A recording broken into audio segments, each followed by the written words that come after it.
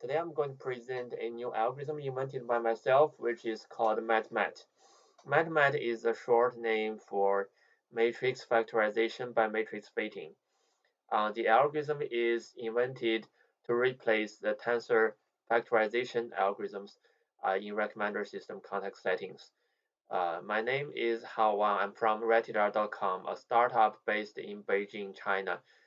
Here's my email at the bottom of this slide. So if you have any question after our slide, you can send your message to my email address.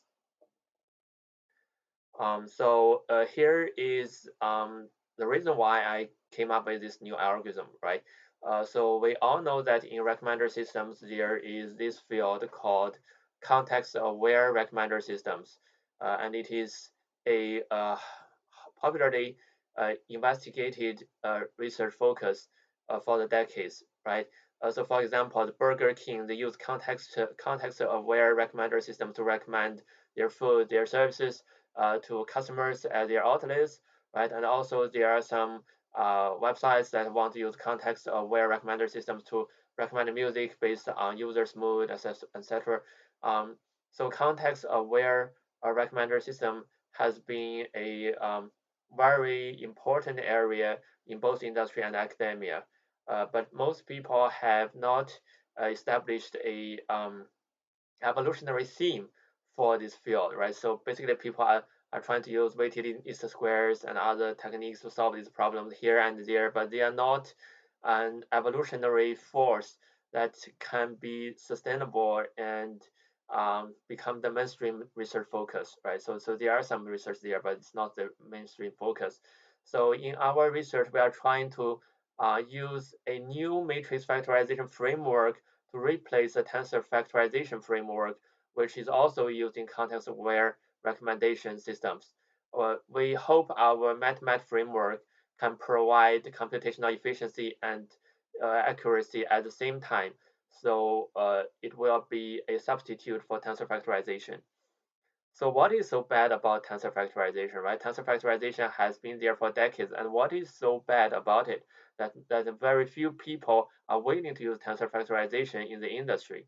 So here's the problem, right? So tensor factorization requires a large amount of input data structure to be stored on disk or the memory, and because of its n-dimensional property, right? So the input data of the tensor factorization is usually n-dimensional. It is R4 to R3 mapping, or it's an Rn to Rn minus 1 mapping. And if n is 4 or 5 or 6, and the number of users or the number of items goes big, like millions or tens of thousands, there is actually a data storage problem. So it's really difficult to store all this kind of big data in our modern day clusters. And even big corporations cannot support such computing facilities.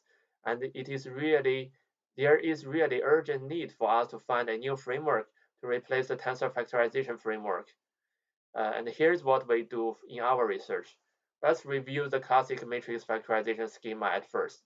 Um, so uh, when people trying to solve the recommender system using matrix factorization, we are usually talking about the RMSE optimization, right? So matrix factorization optimization is about RMSE optimization, which is the sum of squared error of the user feature vector and item feature vector dot products and the user item rating feature values as shown in this slide.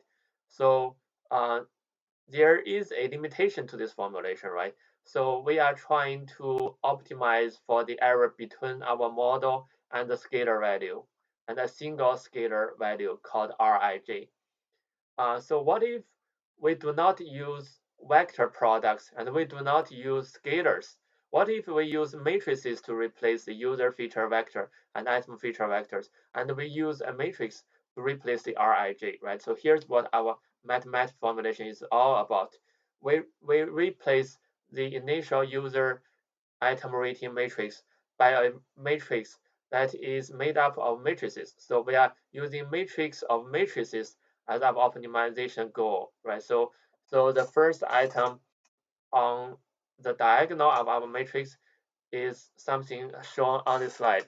It's a square matrix. The diagonal values of this square matrix is the scalar value of the initial user rating item matrix, and the values of the diagonals are actually the contextual values, right? For example, the user's mood, the restaurant's geolocation, the weather, and the age of the user, and many other information that we can use to improve the performance of our algorithm. So this formulation actually enables us to incorporate that information into our optimization framework. So we are not just trying to optimize for the user item scalar values, which is user item rating value, but also we are trying to optimize for other information, such as what I have just talked about, right? So here's our formal formulation for the MatMat formulation. Like the classic matrix factorization, we're also using RMSE, right? But unlike the classic matrix factorization, we are not using user feature atom vector and item feature vector. We're using user feature matrix and item feature matrix. And also we are not using the scalar value of user item rating matrix, but a submatrix of the user item of the new matrix. Uh, in our paper, we use an example to demonstrate the superiority of our framework, and we reformulate the user item rating matrix by the following matrix, right? So we replace our old matrix with a new matrix. The value at each position ij is shown on this slide. So the diagonal matrix, the diagonal values are rij, as in the user item matrix, user item rating matrix. It's user item rating, but the values of the diagonals are item ranks and user ranks. So we incorporate the rank information of the user and the items, and we hope by doing this, we can improve our algorithm performance. The user rank means user popularity rank, and the item rank means the item popularity rank. And as we all know, the user rank and item rank are crucial information for the fairness-based recommender systems. And here's our experimental results, right? We compare our MatMat framework incorporating the user rank information and item rank information against the classic matrix factorization algorithm.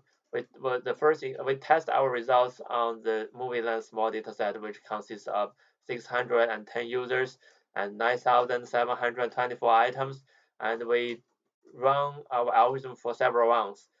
So as can be shown, as can be observed from the plot on the left side, is our algorithm produces better accuracy results than classic matrix factorization when compared using MAE. And as can be shown on the right side, our algorithm also has very nice results when compared with degree of massive effect, which is a fairness metric, right? So our algorithm is fair, our algorithm is good, our algorithm has very good accuracy performance alongside with the fairness metrics. And since we use stochastic gradient descent to optimize for the parameters of our algorithm, so the result is random, it's not decisive. So we is not deterministic. So we run a second round to compare our algorithm, and can be observed from the second round of experiment, our algorithm actually outperforms the classic matrix factorization and is actually more robust. And also when it comes to the fairness metrics, our algorithm is comparable with the classic matrix factorization paradigm, and also in a large subsection of the intervals that we do grid search, it actually outperforms the old algorithm. So here's my presentation. Thank you all for listening.